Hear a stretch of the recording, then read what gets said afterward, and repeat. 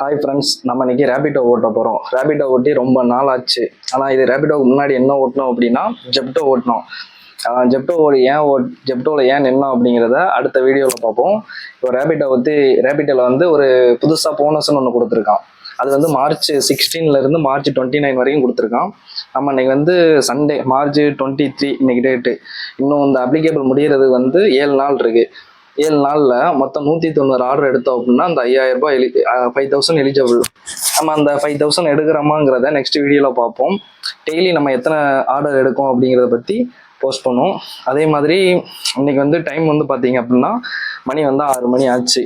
Evening 6 மணி ஆச்சு, காலையில் இல்லை. இன்னைக்கு ஒரு குறைஞ்சது ஒரு 10 ஆர்டரு. இன்னைக்கு 10 ஆர்டர் இல்லை, அதுக்கு கம்மியாக கூட எடுத்தால் கூட ஓகே.